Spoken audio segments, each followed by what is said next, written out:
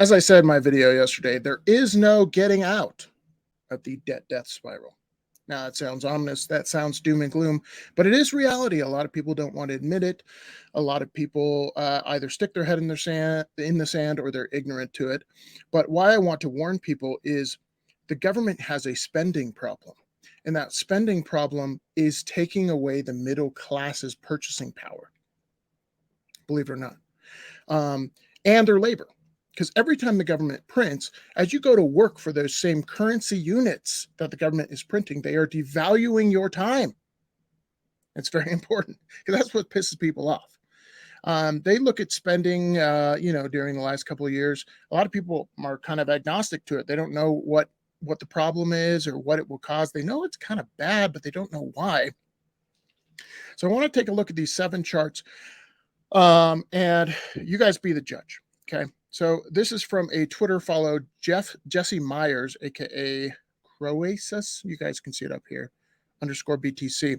But he points out these are the 7 most important charts to understanding our problem. And I would agree with him. These are very important charts. So the US annual surplus or deficit.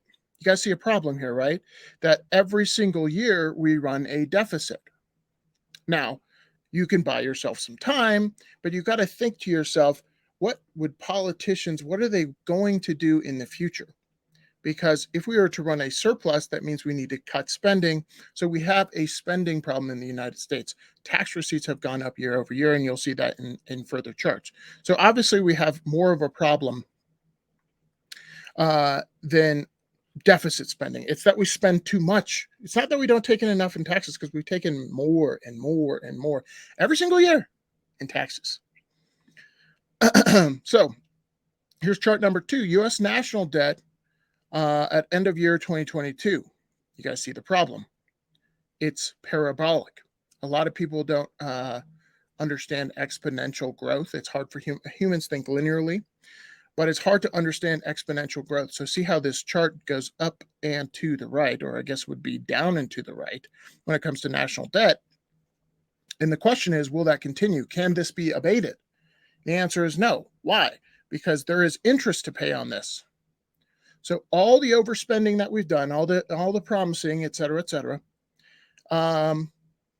there's a video at the end here from Luke Gromen, and he kind of talks about what he thinks the government's going to do. And I tend to agree with him, but it's going to involve, one way or another, financial pain. It must be dealt with. So why has this gone up and to the right? Because people have voted for it, to be honest.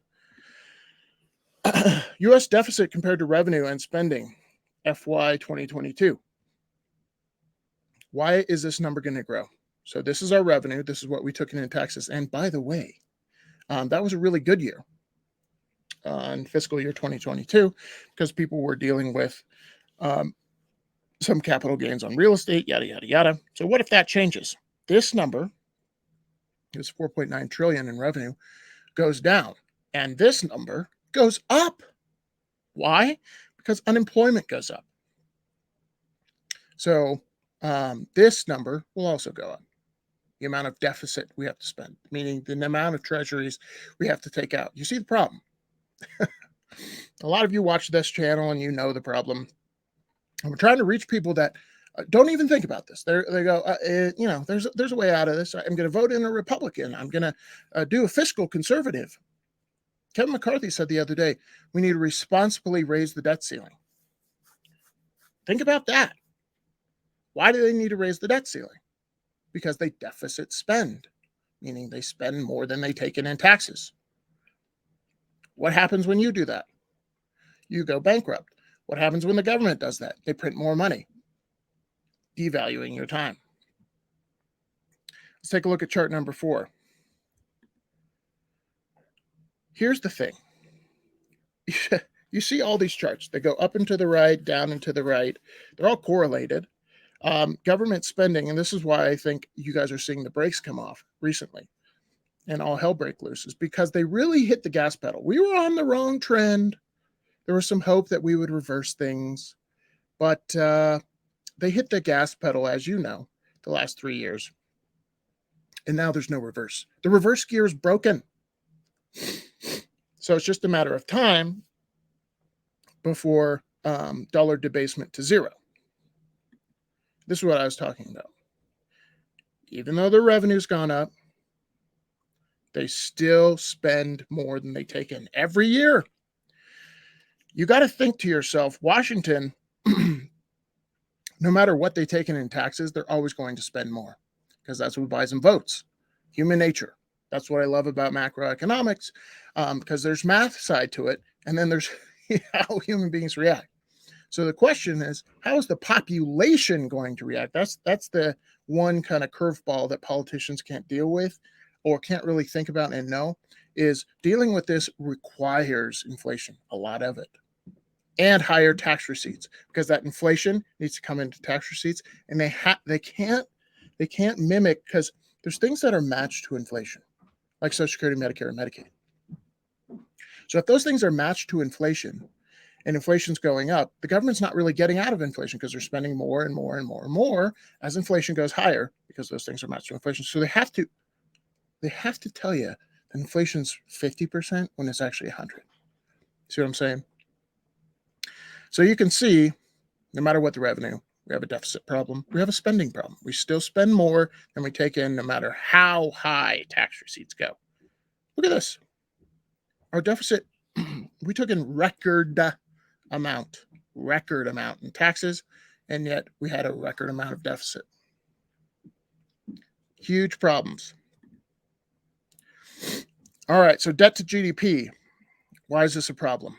So we have 129% compared to our GDP, which is our total economic activity in the United States. So a lot of people say, well, you can grow your way out of it. That would be kind of like saying if you had $100,000 in credit card debt, and you made $10,000 a year, somebody said, well, you can make $1 million next year. I mean, yeah, technically I can, but how am I going to make $1 million? So the government understands this, at least smart politicians do.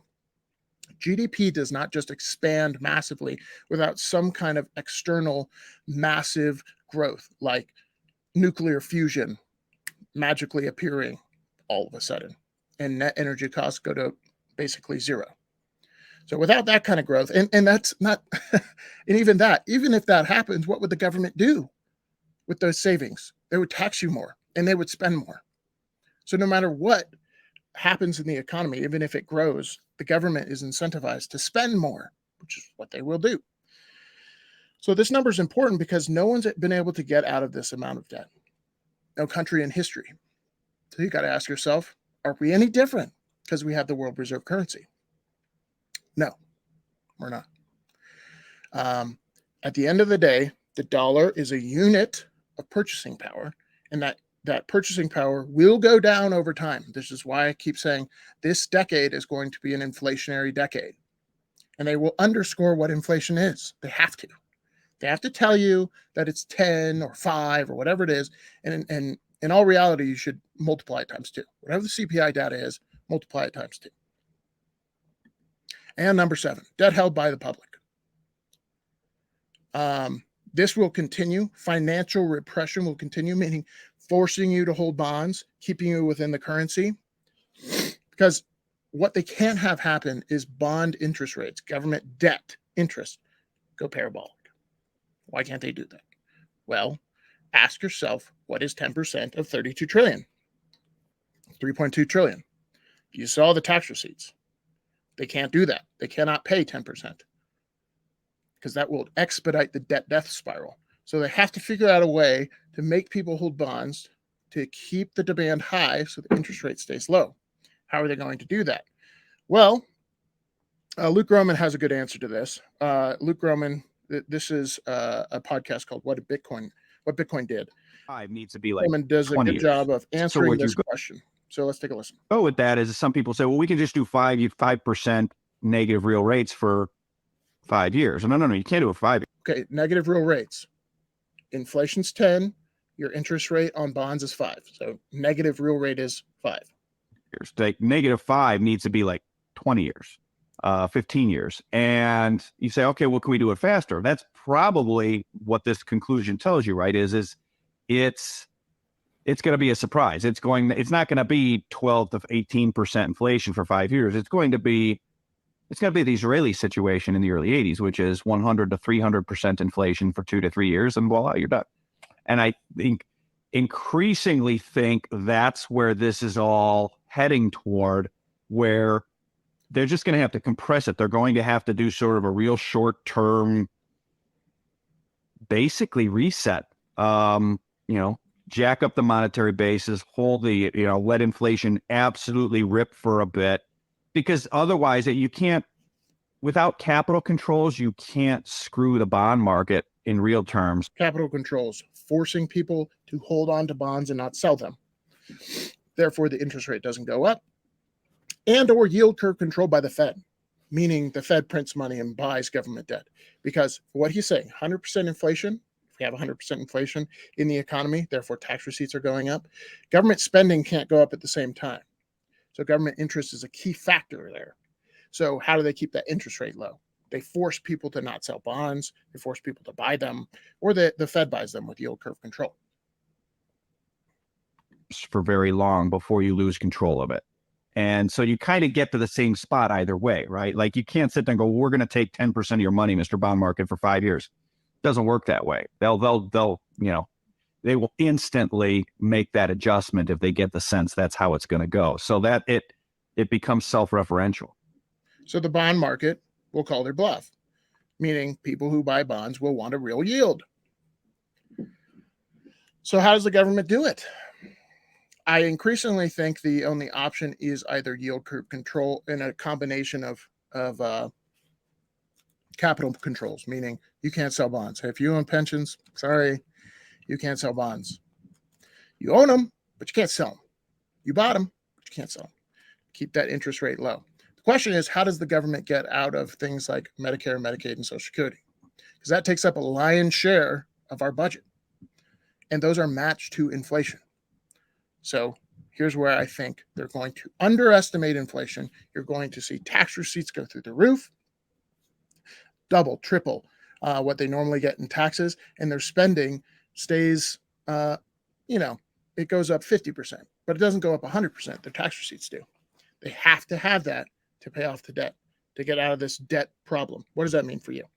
It means that people's quality of life goes down a lot. And the question is, how do people react to this? Not well. Not well at all.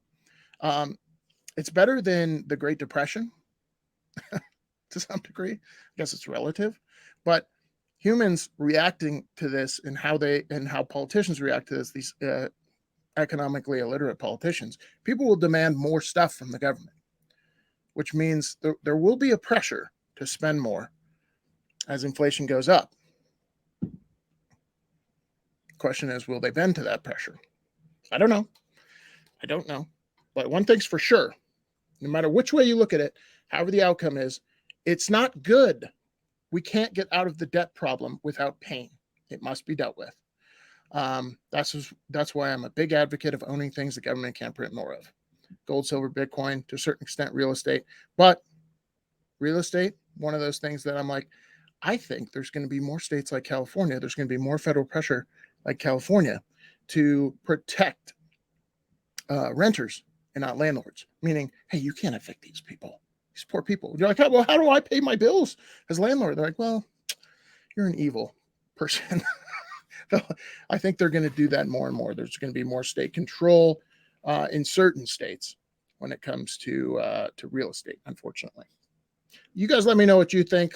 Give that guy a follow on Twitter if you don't. And I'll see y'all next one. Peace.